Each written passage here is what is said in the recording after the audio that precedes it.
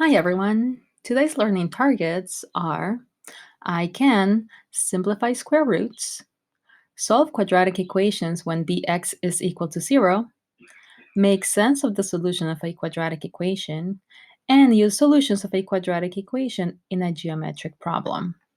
Okay, so let's get started with simplifying square roots. What does it mean to simplify a square root? Well, when we're simplifying, we're going to have the square root symbol and a number inside that is called a radicand. And what you're looking for are the factors of that radicand, looking for a perfect square factor and some other factor that does not have a perfect square. So what does it mean to be a perfect square? It means that you can have an integer, a number times itself, 2 times that gives you this value. So what number times itself gives you 4?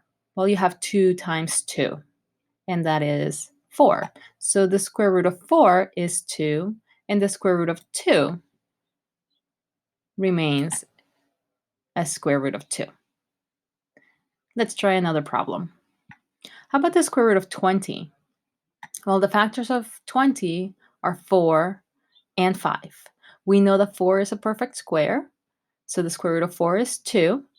And the square root of 5 gives us an irrational number, so we leave it inside of the square root sign. How about the square root of 32? Well, the square root of 32 is 16 times 2. And when we take the square root of 16, that gives us 4. And the square root of 2, the other factor, remains inside of the square root symbol. Okay, square root of 75. The factors are 25 and 3. So the square root of 25 is 5, and square root of 3 remains. Okay, so all we're doing is looking for a perfect square, some other factor, and then we write it as a radical form.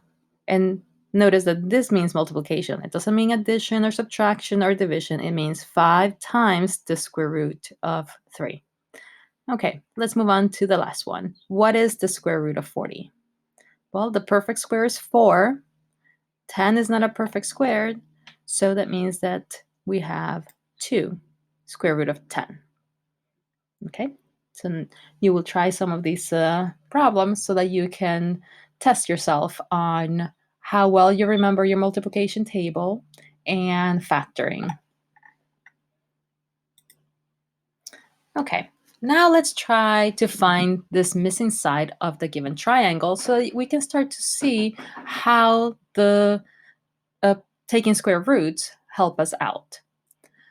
Okay, so this is a triangle, and it's a right triangle because we have this little box here, and we have triangle ABC with the hypotenuse that is across from 90-degree the 90-degree angle measures 50 units. BC is 30 units, and we don't know X. We don't know the length of AC. So you should recall that you have learned the Pythagorean theorem. And because we have a right triangle, we can use the Pythagorean theorem that tells us a squared plus b squared is equal to c squared.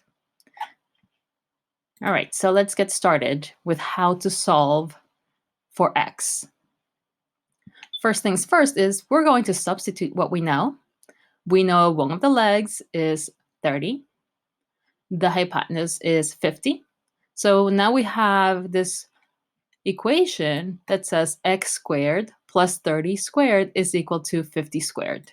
So all we've done is substitute what was given in the problem. This is going to be a quadratic equation because we have our variable to the second power. Okay, so we're going to square each value. X squared remains the same. 30 squared is 900, and 50 squared is 2500. Now, what is the next step in order to solve for x? Well, you might recall that to isolate our variable, we need to move all the numbers, all the operations need to be undone. So to remove this 900, we need to subtract 900 from both sides of the equal sign. And when we do that, we're left with x squared equal to 1600. Okay, now what is the inverse operation of squaring? Well, the inverse operation is called taking the square root, which you've done before when you learned the Pythagorean theorem, probably in middle school. Okay, so the inverse of squaring, we take the square root. So when we take the square root, we take the square root of both sides. The square root of x squared is x, and the square root of 1600 is going to be plus or minus 40. Now, why is it that we have plus or minus here? Well, if you think about what number times itself gives you 1600, positive 40 times positive 40 is 1600. Negative 40 times negative 40 is also 1600. But for now, all we care about is the principal root, so we're going to reject the negative answer, and that is because the length cannot be negative. Remember, we were trying to find the length of AC. Okay, so we use the Pythagorean theorem, we set up a quadratic equation, and then we went and took the inverse of all the operations that were affecting our unknown variable so that we could find the square root of 1600, which gave us a plus and a minus value. And we rejected the negative answer because it does not make sense in this particular problem. Okay, let's practice some more quadratic equations. So what is a quadratic equation? A quadratic equation has the form y equals ax squared plus bx plus c. Not to confuse a and b with the lengths of our triangle from the Pythagorean theorem. These are just placeholders for numbers. Okay, and today we're going to be interested in solving quadratic equations where this middle term is 0, so it does not exist. So let's take a look at 2 different exercises. In this particular problem, this looks very much like the Pythagorean theorem, where we ended up with x squared plus a number equal to another number, with the difference being that we have this 2 in front of the x squared. In this particular problem, we only have one term with the x squared, so with our variable, and a constant. Okay, so we know that to solve for a variable, we need to work backwards from our order of operations. So the first thing that we need to do is get rid of this positive 12. To get rid of addition, we need to subtract 12 on both sides. And now you're left with 2x squared is equal to 36. To get rid of that multiplication of 2 times x squared, we need to divide both sides by 2.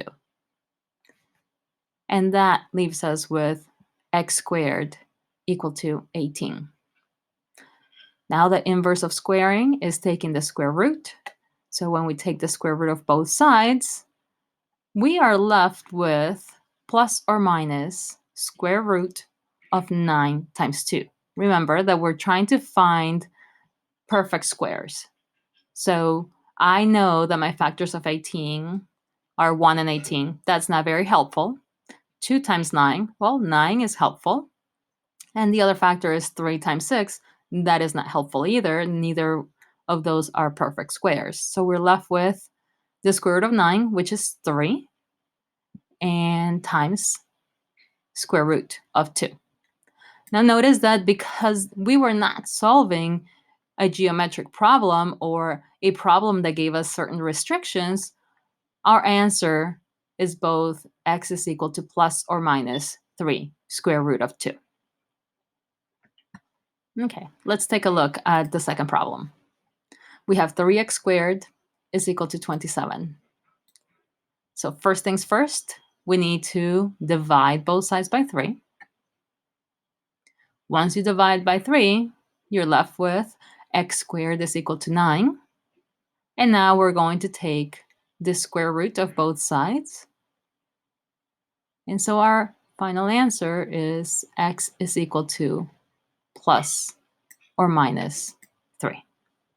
So now we're going to try to find the perimeter of the pentagon. Now, what is going on with this pentagon? So we have the circumcircle and the incircle. So I know that we have a regular pentagon.